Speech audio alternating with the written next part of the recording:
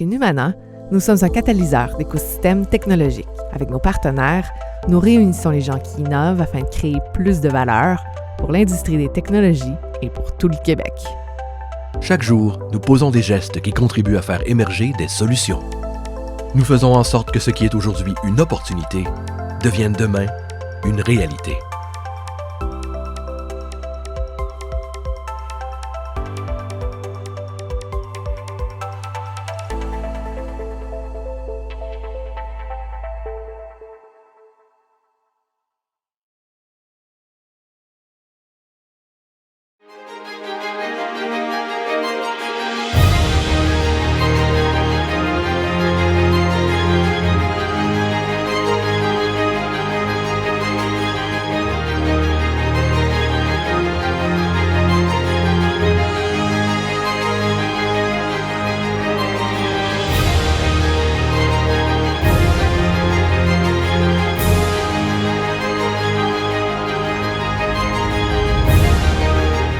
Hello, bonjour.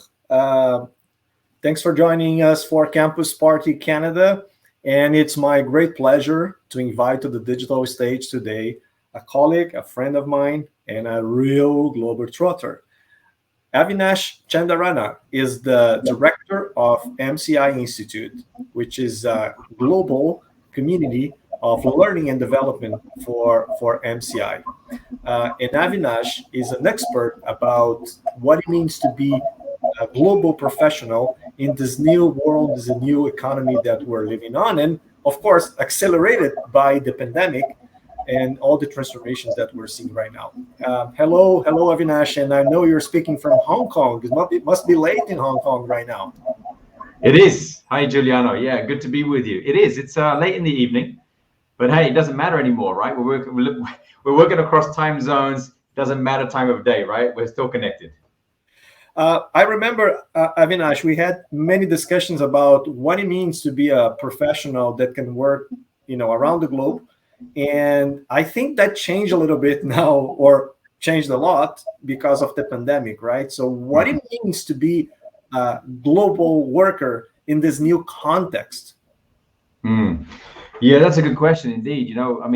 This has been, I think, on the top of mind for a lot of people, especially since the pandemic, because if we think about how technology has facilitated connections over many, many years, but especially now, how all of a sudden we've gone from physical spaces of working, let's say in a physical building, to now all being, dispersed and working more and more from home.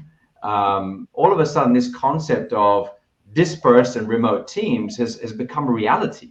Whereas before it was only for a select few people. And we never really thought, Giuliano, about, beyond working within the four walls of a building, for most of us, right? Let's say the majority of the working population, we never thought about actually working somewhere else outside of, the bricks and mortar of a physical office space. And for those of us like myself and many others who have been used to this for a number of years, just working from anywhere, not working from home anymore, or working from the office, working from anywhere. That was actually the case for a lot of us.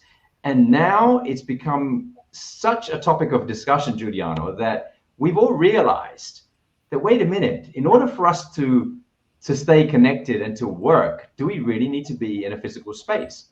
And then the discussion has moved on, Giuliano, saying, wait, do I even need to be? Now I'm working from home, but can I be working from somewhere else, even beyond the city that I live in right now, to maybe even another country, right? Especially if you work in technology or professional services and are not physically needed to be, for example, in manufacturing on a shop floor or something like that. So this concept of global work and global connections, I think, has been fueled and accelerated because of the pandemic, Giuliano. Yeah, that's very interesting. I was reading a report this last weekend, and the question was, what is the thing that you're not going to be doing again, even after things go back to normal? And right. One answer was, I'm not going to commute for 1.5 hours every day to sit in my desk in an office to answer emails and phone calls. Right. Isn't that interesting? Like the perspective of things has completely changed now, right? Correct. Because I mean, if we think about it, right, our behaviors were ingrained over so many years, right? And again, depending on if you're new to the workforce as a new young generation entering the professional world, or if you've been around for decades like we have, Juliana, right? Us sort of, let's say, mature white-haired or no-haired people, right, that have been around for a long, long time, right? We've experienced pretty much working in one location. And yes, indeed, traveling back and forth from work, and how much time did we take, right? And that stress that we went through and the impact on society, right? When it comes to emissions from cars or public transport, all of that now has changed our way of thinking because we've been forced to change. And I think that's what's interesting, Juliana. What you just mentioned is about we've been forced, right, to change our old behaviors into working in different ways and having to learn new knowledge and skills of how to be connected from a remote point of view. And what does that all mean? So absolutely, Juliana, it's been pushing the boundaries a lot in terms of what used to be in the past to what is now and what will be in the future. It's very interesting. A few years ago, Thomas Friedman wrote this book, The World is Flat, right? Right. Yeah. Most of all, we already had the chance to read it. And it's interesting because the pandemic made the countries to close their borders and to be less global, right? That was one of the impacts. Right. We had disruption in value chain, disruption in supply chain. So there was a lot of different circumstances that countries had to put in place. So we could say that, well, the world was not so flat during the pandemic, right? But the world of working, that's correct, became even flatter.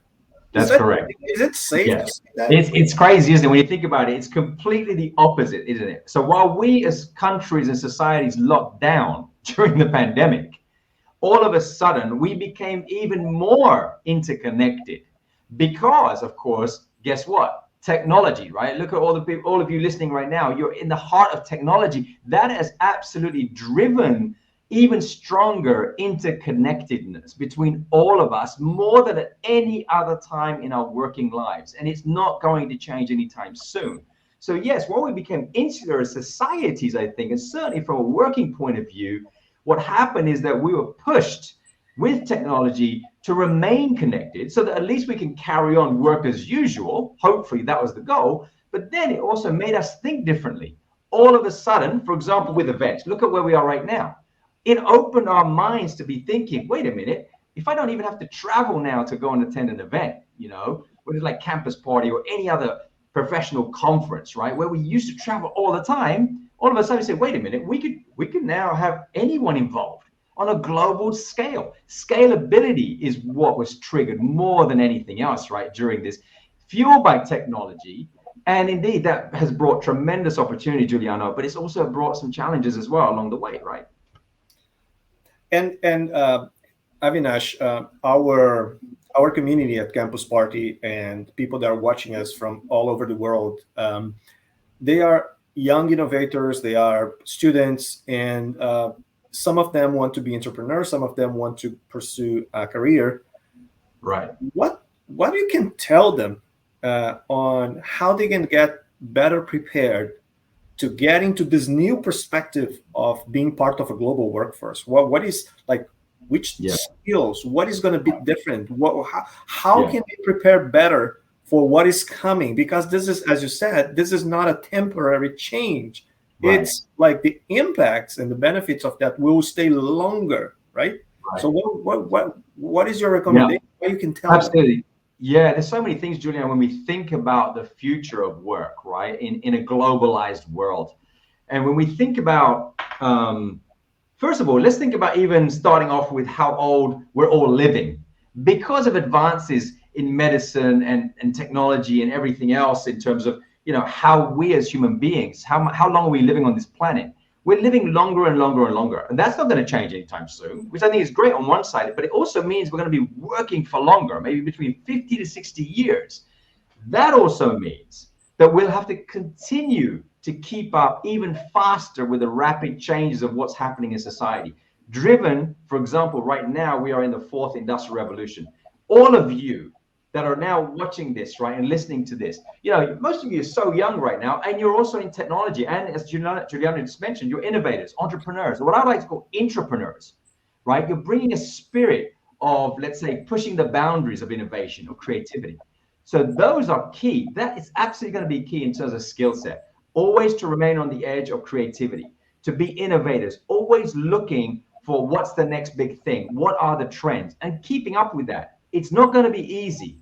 So what is the other skill that I think is fundamental here, Giuliano? It is fundamental that we continue to learn on a regular basis. And when people ask me, what is the number one skill? Is there one skill? There's a top skill? Well, I would say it's learning how to learn, or meta learning, learning how to learn. Because in today's environment, it's not just about, for example, you know, doing an e-learning course or a certification. It's constantly consuming knowledge and ultimately finding ways for us to stay on the edge of how we learn through informal communities, through online conferences, for example, like this one, communities of practice, for example, even reading, watching short videos. All of that is always transforming how we traditionally learn from just being in a classroom. We're now forced to use technology, right, to consume content and improve our knowledge. The other things are really in a world which, again, is dominated by digital and technology and artificial intelligence, 5G, blockchain, robotics. Well, we have to be more human more than ever before. So the skills of empathy, the skills of problem solving, the skills of, again, we talked about creativity. The human connectedness is going to be so critical for success in the future, especially when the boundaries have fallen. We are no longer necessarily working with cultures that are similar to ours. The opportunity is going to be great for you way beyond your own geographies and boundaries and cultural boundaries, that you'll find yourself working in what we call up these pop-up teams or flash teams, that you come together on projects for very short periods of time. Maybe it could be 1 week, 1 month, 3 months, 6 months, or maybe a year. But you'll find yourself working with different cultures from your own. So that whole area of cultural intelligence, or what I would call cultural quotient, building your cultural quotient is going to be another skill that you're going to have to continue to evolve, because that has implications in how you communicate, how you make decisions, how you build trust. So cultural quotient, problem solving, being more empathic and accepting differences are fundamental when I think it comes to evolving those types of skills in the new world, Giuliano. I think it's very, very exciting, Avinash. And before I move to the next question, I wanted to ask you to share a little bit of your personal story, because it's a true story of someone that never stops learning and never stops right? That's a very interesting thing. So, you're like Avinash, like tell us a little bit of your story since you were born. Uganda. Sure. So yes. Well, as you can probably see, and that's what happens, right? What happens is that we make judgments when we see people immediately. So the first thing, as you're looking at me, is you look at someone. If I didn't open my mouth and there was a subtitle saying, "Where is this person from?" you might have said, more than likely, India, right? Well, it's true that I am Indian, but then when I speak, all of a sudden my accent gives it away. But the thing is, yes, I was born, as Giuliano said, I was born in Uganda, Africa. And at a very young age, unfortunately, due to political upheaval back then in the early 70s in Uganda, we became refugees. So about 80,000 of us as Indians living in Uganda were then forced to leave. We had about 3 months to leave, Giuliano, and we moved actually to the UK. So I was raised and educated in the UK, having moved at a young age from Uganda.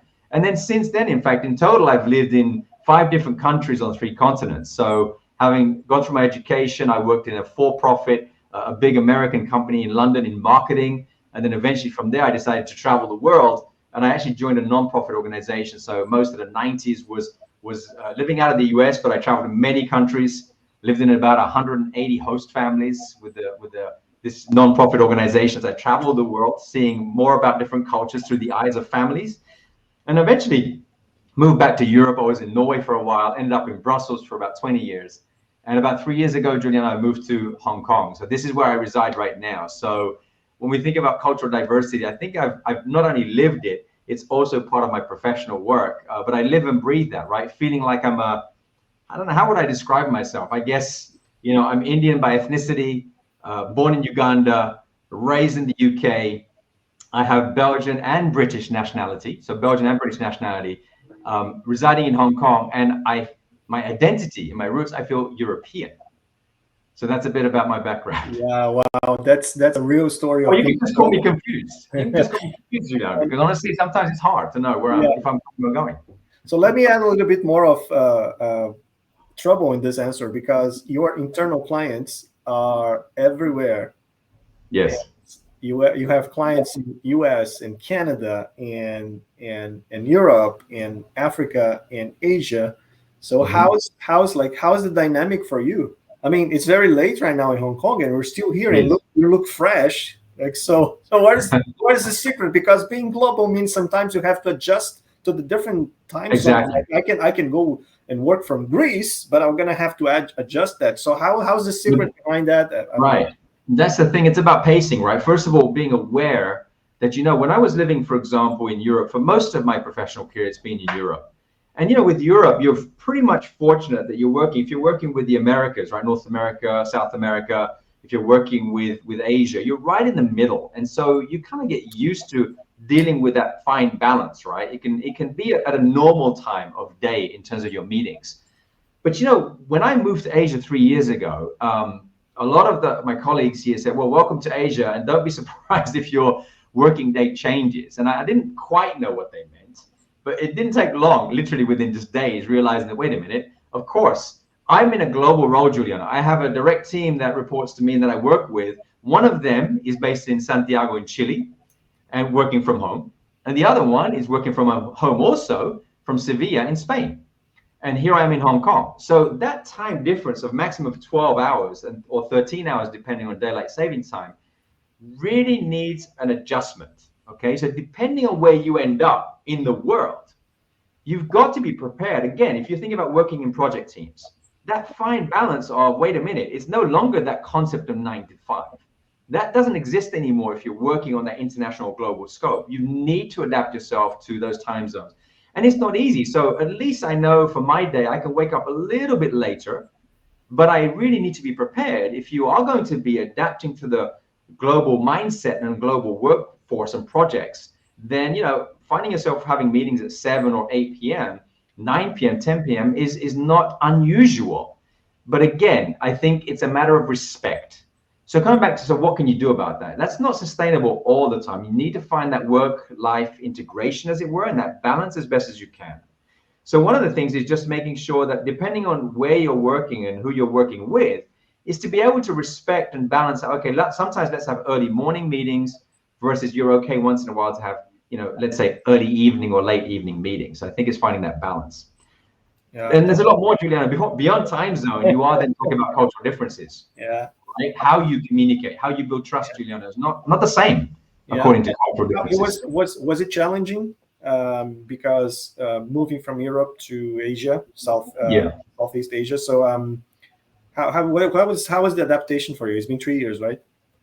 It's been 3 years, right? Absolutely. But again, a lot of us have found ourselves having to adapt to that working from home in the first instance, and okay, now slowly people are coming, especially here in Asia. It's although I know it's happening slowly everywhere, where we are now coming back to offices, even with some regulations, right, and stipulations depending on local government rules of what you can and can't do. But I think that cultural adaptation, always takes a bit of time. But what it requires, again, is that mindset of, I mentioned cultural quotient earlier. When we think about how we communicate, I've come from, let's say, an area of the world, Europe. And again, we don't want to stereotype or put everyone in boxes. But if you look at, cross-cultural research and all the great known authors like, Geert Hofstede or Frans Trompenaars, Richard Lewis, read any of their books or publications and research. And it really does give you a great insight into, okay, well, when it comes to communication, we don't all communicate in the same ways. Of course we don't.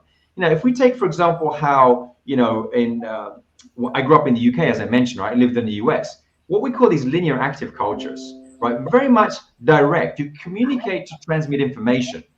That's the most important thing. And time, of course, is money. Yes, you've heard that before, but there's a relevant truth in that because of the way we've grown up in those cultures, right? Communication is for information. Whereas here in Asia, when we think about it, you communicate to build relationships first and foremost in order to build trust. And normally that happens face to face. And it takes longer to build trust. And also, you've got to be careful how you communicate because here, for example, whether it's in Japan or Hong Kong or mainland China, general terms, relationships with that trust building is so important that if you have disagreements or there's a conflict in communication, you're not going to share that openly with others because, of course, you don't want to have people lose face. Okay, this is something that most of you may have heard of, but it means you don't want to embarrass anyone. Even if you disagree, you don't want to embarrass anyone in front of, even if it's one other person as a colleague or in front of a group of people. Whereas when I was working in, for example, in the US or in the UK or even in Germany, for example, it was quite normal to say if you disagreed with something. Now, that doesn't mean to say you're being rude. You're just being direct with your communication style. So balancing your communication capabilities, understanding sensitivities, and the why behind the cultural differences. Juliana, oftentimes what happens is we make judgments just based on what we hear and what we see.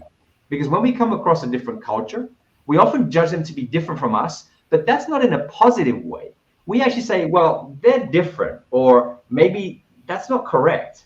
But who's to say who's right or who's wrong? It's all about perspective. So that whole concept of perception is so critical in terms of the lens we look through and how we build relationships, how we build trust. What are our values? What are our beliefs? So I think going deeper than the tip of the iceberg, right, and going below the surface, I think, to dig deeper, understanding that, I think that's been part of that sort of adjustment, Giuliano. For me, no matter where I've been, I think that's always been a part of the adjustment. Yeah, so it requires a lot of openness and learning to get to that level. It's very interesting. So it's like it's possible. It is out there being a global worker. So you just have to be mindful that, not like you got to understand the culture. And I think that's really very like is a power. I just want to say, sometimes perception is reality, right? So when you think about it, if you're all thinking about that wonderful lifestyle of being a global, what do you call it, a digital citizen or global digital nomad or something like that. Digital nomad, right? Which I talk about myself, right? My Twitter handle is avo_global nomad. We think about what a wonderful life that is, right? But perception is reality. In other words, don't post, on Instagram, right? It's a beast, right? Perception is a beast. You start posting yourself, in a hammock working on a laptop, right? Perception, some people look at that and say, what is that, right? Are you really working? Well, actually, you could be working extremely hard. So be careful also about, that experience. You work extremely hard, right? The good news is once travel opens up again, and it will, all of a sudden, opportunities will increase more and more and more beyond your boundaries, right? Beyond your own geography where you are today. And many of you are already experiencing that right now, right? As part of this, in terms of your work in your professional life as, what we call these contingent workers, right? That gig economy. That's going to continue to thrive, right? When businesses start to look for teams and skills, they are looking beyond their geographical boundaries. That's changed. So recruitment is changing rapidly, which means opportunities will grow. And depending on the skills that you have, that's a fantastic opportunity. But at the same time, balancing out that, you still need to work hard. You can still have, a wonderful life, maybe having mobility when travel becomes easier. But at the same time, be very mindful and conscious that, perception is reality, right? So how do you work with your counterparts who are part of our international project team? What perception are you giving off, right? So all of these matter actually when it comes to perception, Giuliano. Yeah, that's amazing. I feel like we could speak for hours here in this interview, Avinash. But I have a final question for you. We spoke a few days ago about Japan starting to hire people to work on air control, like traffic for flying devices. So, like, is like we can say, well, one of the careers of the future is a traffic controller for personal flying devices, right? So you said, and you mentioned the fourth industrial revolution. What are the careers of the future? Are you like, can you like, tell us a little bit about that, or oh my God, how we can pay attention on that? That's going to change. I'm not a futurist and I don't have a crystal ball, right? So I think this is the challenge. I mean, the Institute of the Future themselves have said by 2030, what is it? Something like 65% of jobs or careers have not even been created yet. But what we do know, of course, is, what can you link to digital technology? Because we know that that's where everything is headed, right? It is that. What are those new types of sectors that are opening up or expanding in opportunities, right? Linked to digital, which is such a broad thing. I think it's all about making sure that we don't have our mindsets fixed, but be completely open to saying, okay, so I need to continue building my digital quotient, okay, which many of you online right now watching this are already doing, but that's not going to slow down. So keep at it, right? Keep at that, because that will still be the future. But if you combine that digital quotient and always keeping up with the trends and continuously learning, okay, so we call that the growth mindset, right? You've heard of that, right? The growth mindset, because we also know that human brain, right, is plastic, right? That neuroplasticity means we never stop learning. That's one thing. Combine that digital quotient and upskilling that, right, and growing with the human-centric skills of empathy, cross-cultural quotient, right? That increasing that. And having the ability of problem solving. If you combine that, to me, Juliana, what this is interesting is these are ingredients, right? And then when you pull these ingredients together, it's no longer about, Julian, what I can say is, even if I don't know about the jobs per se, it's about, the future will not be about a function. It will be about a skills portfolio. That's what I will predict, is that it will no longer be about job titles, but it'll be about, do you have a skills portfolio that you can bring all those skills as ingredients and pull them together and work on certain projects? And when those projects are over, for example, they could be interim or temporary, you can pull together other sets of skills and then create something new. I think that's where the future lies. That's where the strength will be. And anyone who can be agile enough to continue building a mixture of those digital skills as well as human skills, you pull those together, powerful combination. That's just amazing. This is such a pleasant conversation, Avinash, and it was great having you in our campus party, Expérience Technologique. So thank you so much for taking the time. Thank you so much for sharing with us those inspirational words about the future of work and how we can adapt, how we can be adapt better to this global workforce environment that we're seeing out there. So thank you so much again, and stay with us, guys, and we have more content coming for you soon at this channel at Campus Party Canada 2021. Thank you so much. Have a good day. Bye. Thanks. Take care. Bye-bye.